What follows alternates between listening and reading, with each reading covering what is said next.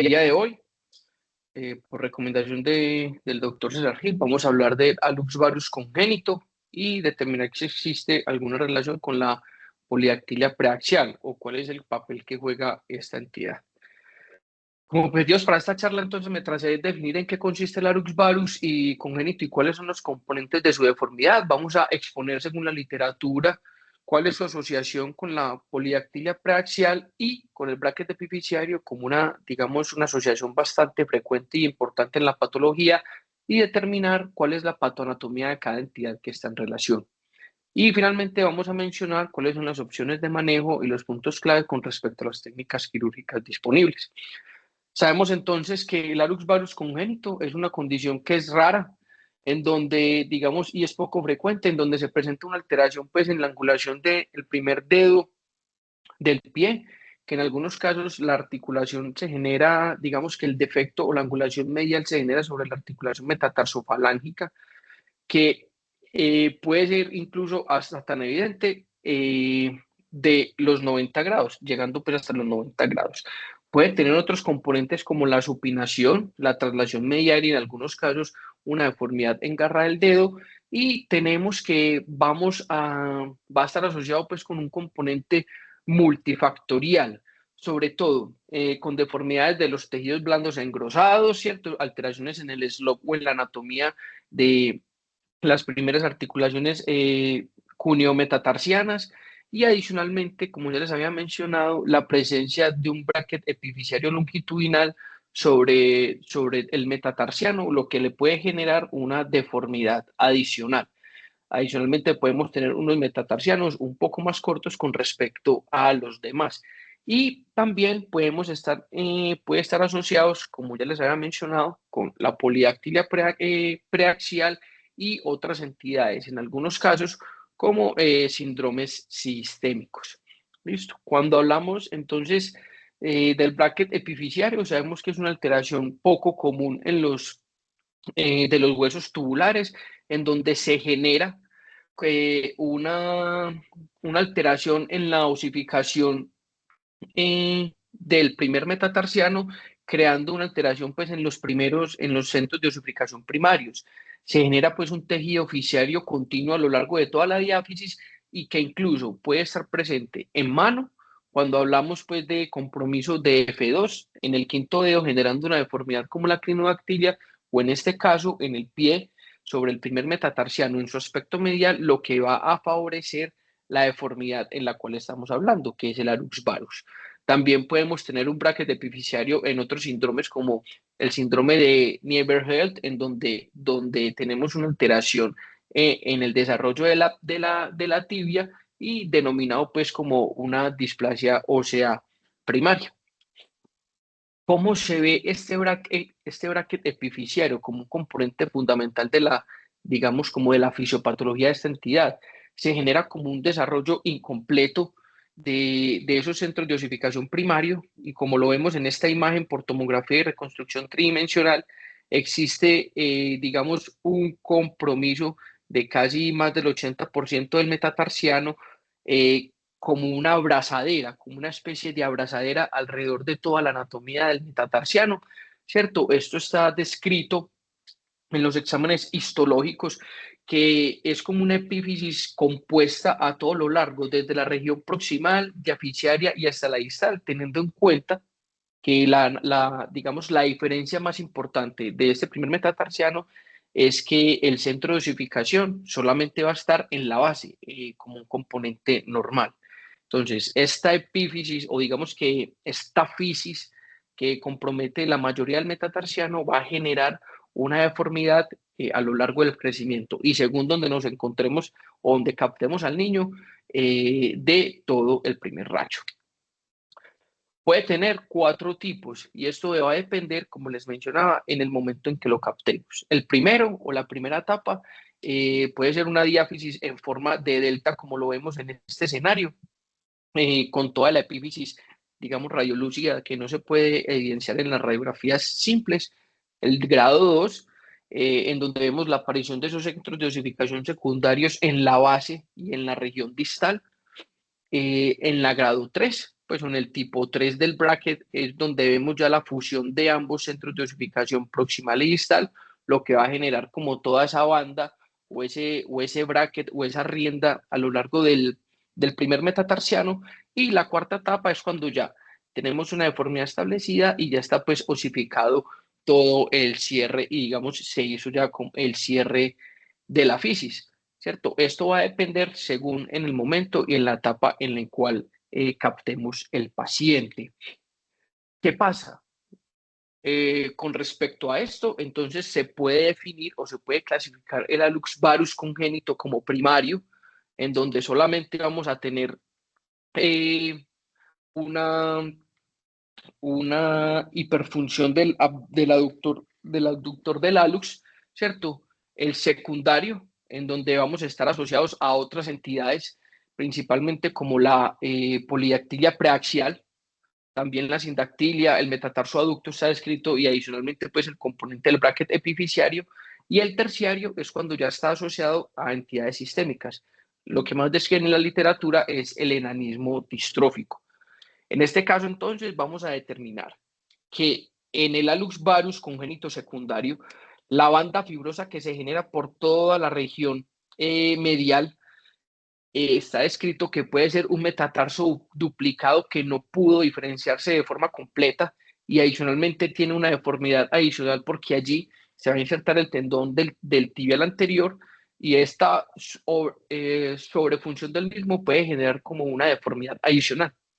Adicionalmente, como ya les mencionaba, el bracket epifisiario, que a medida que pasa el tiempo, la deformidad puede ir empeorando debido a que pues finalmente eso es un núcleo de crecimiento, y a medida que pasa el tiempo la deformidad puede ser mayor y por eso en algunos casos y en la mayoría de los textos nos recomiendan hacer el manejo temprano, incluso luego que cumpla o hasta el primer año. Hay trabajos que lo manejan desde los 6 meses como Mubarak, que vamos a ver más adelante, e incluso hay algunos reportes de caso en donde mencionan que se le hizo el manejo hasta los 8 años a los niños. Cuando vamos a hablar de la otra asociación, ¿cierto? Y digamos que esta es uno de los objetivos que estaba trazado, además de definir cuál era la función del bracket epifisiario en la deformidad, también entender o determinar si existía alguna asociación con la polidactilia. Si vemos trabajos tan clásicos como este, que en una revista alemana, la mayoría de los casos estaban asociados a una polidactilia preaxial, ¿cierto? No lo mencionan como si fuese un componente o una asociación causal, pero sí en la mayoría de los niños que presentaban deformidades en arus varus congénito tenían un componente de polidactilia preaxial, lo que digamos genera algo de inquietud y si tiene pues algún componente embrionario como su origen principal. En estudios más recientes se puede uno determinar o podemos determinar que esa polidactilia preaxial tiene un espectro de muchas entidades. En este caso, vamos a evaluar este trabajo en donde evaluaron 28 pies con una polidactilia preaxial, en donde los manejaron, en donde le hicieron y les hicieron el manejo a los niños, tan temprano como cercano a los 2 años y a una edad máxima de los 4,6 años, les hicieron un seguimiento 81 meses y clasificaron la polidactilia según Watanabe. Vamos a ver que en este caso los pacientes que tenían polidactilia preaxial estaban en el escenario de hallux varus o tenían una deformidad en hallux varus en la mayoría de los pies que se evaluaron y de estos 4 tenían una asociación o tenían un componente del bracket epifisiario. Ellos, digamos, para no entrar pues en detalle, usaron pues la clasificación de Watanabe para la polidactilia preaxial, que según ellos, pues digamos, es la de mayor efectividad para uno tomar decisiones quirúrgicas, teniendo en cuenta que los definían como tipo tarsal, el tipo metatarsiano, cuando la deformidad era sobre el metatarsiano, o cuando ya tenían deformidades en la falange proximal o en la falange distal, y así los iban clasificando generalmente como una polidactilia del rayo medial, en el componente mayor y ellos determinaban que tenía mayor utilidad para el planeamiento quirúrgico. Rápidamente, para mencionar cuáles fueron los resultados o cuáles eran como las asociaciones que más tenían, veamos que en todos, casi que en la mayoría, todos tenían una asociación del hallux varus. En algunas partes, como hallux varus interfalángico, ¿cierto? O hallux varius, digamos, nativo de toda la deformidad. Si vamos a ver, vemos que todos tenían ese componente de la hallux varius, excepto en el último paciente. Entonces vemos que tiene una relación bastante importante tratando este caso. Cuando ya nos vamos a ahondar con respecto al manejo quirúrgico del hallux varius congénito, digamos que uno de los trabajos más recientes o digamos en donde exponen paso a paso cuáles son como las opciones de manejo o cuáles o cómo debería ser un manejo adecuado de esta entidad. Me encontré este trabajo publicado en el Clinics of Orthopedic Surgery del doctor Kyun Lee, en donde evaluaron 10 pies con hallux varus. Se les hizo un seguimiento de 6 años promedio luego del procedimiento quirúrgico y determinaron cuáles eran los hallazgos antes de llevarlos a la cirugía. Los pacientes determinaron que tenían un primer metatarsiano corto, tenían huesos accesorios, en este caso el componente número 2, ¿cierto? Que era una polidactilia preaxial, el varo o deformidad en varo de los demás metatarsianos y una banda fibrosa por toda la región medial. Incluso en la literatura está escrito que estos son los componentes de McElveny que uno puede encontrar en la mayoría de los pacientes en donde con hallux varus congénito. Evaluaban los desenlaces clínicos funcionales y adicionalmente tenían como manejo los procedimientos del mismo autor de McElveny y Farmer, ambos con manejo netamente los tejidos blandos, pues principalmente para Farmer, y McElveny sí tenía en cuenta pues una osteotomía en cuña de apertura y una fijación con un pin. Entonces, vamos a evaluar que los resultados en este caso, si ustedes van a ver, en todos los pacientes teníamos el componente número 2, que para los autores el componente número 2 era la polidactilia preaxial, para que lo tengamos en cuenta. Listo.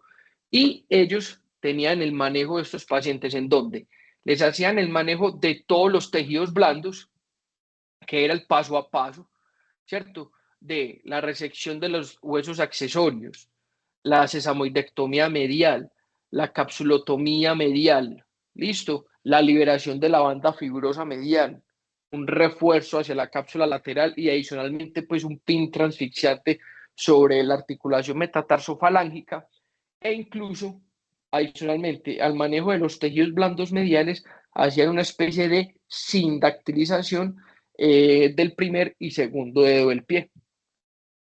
Farmer le agregó pues como el colgajo rotacional y la sindactilización, ¿cierto? Y se hacían como un manejo complementario de estas deformidades en los niños más pequeñitos. Si ustedes ven los resultados, vemos aquí como luego de hacer un manejo adecuado de los tejidos blandos, toda la osteotomía pues de encuña y apertura medial, ¿cierto? Y la fijación sobre el primer metatarso, la primera metatarsofalángica, digamos que obtenían un desenlace bastante favorable con respecto a la morfología de los pies e incluso muchas veces en algunos trabajos describían que era, digamos, un componente estético bastante relevante para los padres y para los niños y adicionalmente funcional porque digamos que a pesar que no eran tan adultos, esto generaba pues algunas deformidades y zonas de presión cuando se les ponía el calzado a los pacientes. Después me encontré pues este trabajo un poco más reciente en donde en un niño un poco más grande, alrededor de los 3 años, hacen un paso a paso solamente manejando los tejidos blandos en este paciente de 3 años, en donde hacen digamos, bastante hincapié en hacer un abordaje amplio por toda la región medial, ¿cierto? Identificando el abductor del hallux, ¿cierto? Haciendo una liberación y una resección del mismo.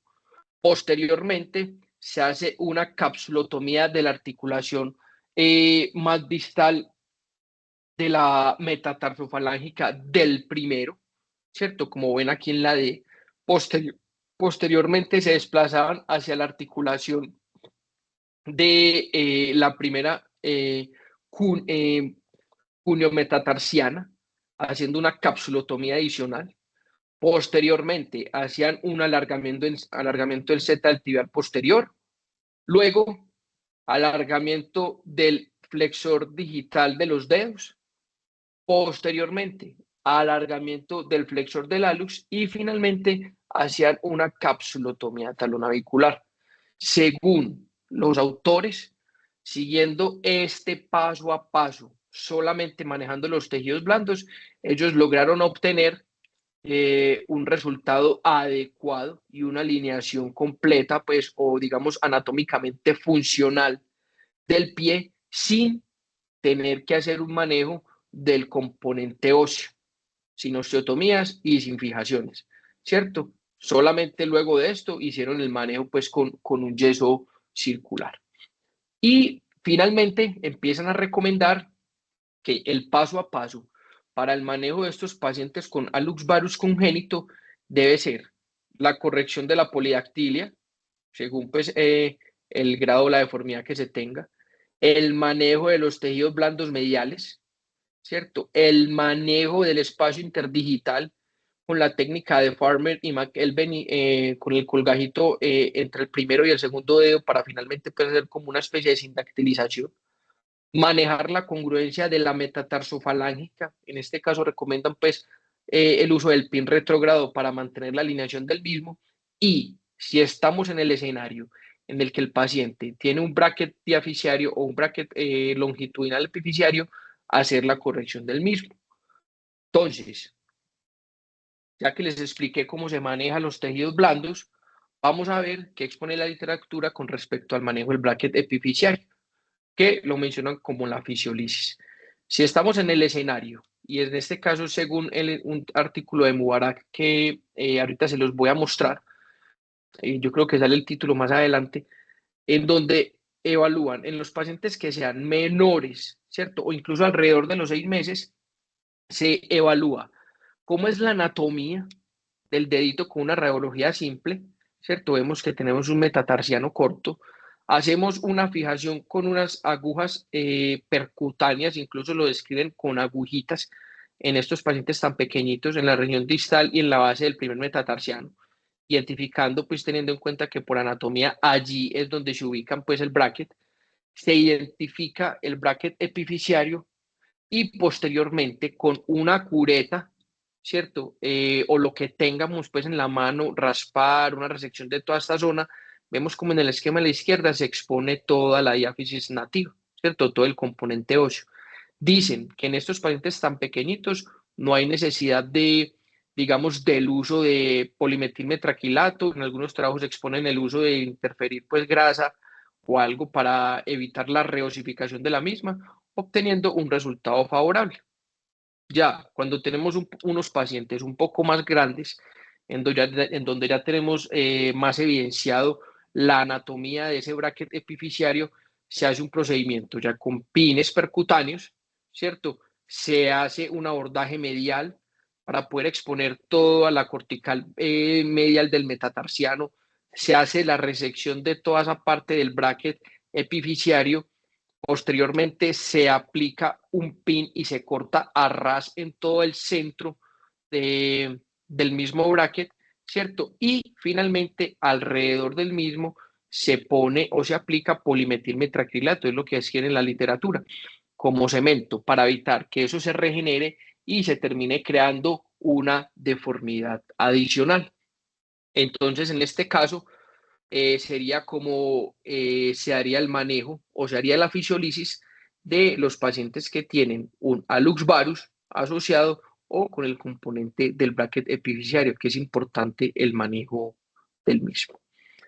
Entonces, finalmente, existe claramente en la literatura una asociación con la polidactilia preaxial y el hallux varus congénito como un complemento o como una, digamos, asociación a su deformidad, que existe una asociación causal o no, digamos que no están los artículos para eso, pues no los encontré. Según los trabajos que están disponibles, la mayoría de los casos el manejo se debe realizar en edades tempranas, sobre todo si existe como etiología o como asociación del bracket epificiario. Lo hacen tan temprano como a los 6 meses, que incluso hasta los 4 años, ¿cierto? Y aquí yo sí quería ahorita pues hablar con los profes hasta qué punto o qué tan temprano manejan a los niños estas deformidades en hallux valgus y muchas veces solo manejar los tejidos blandos conlleva a un riesgo mayor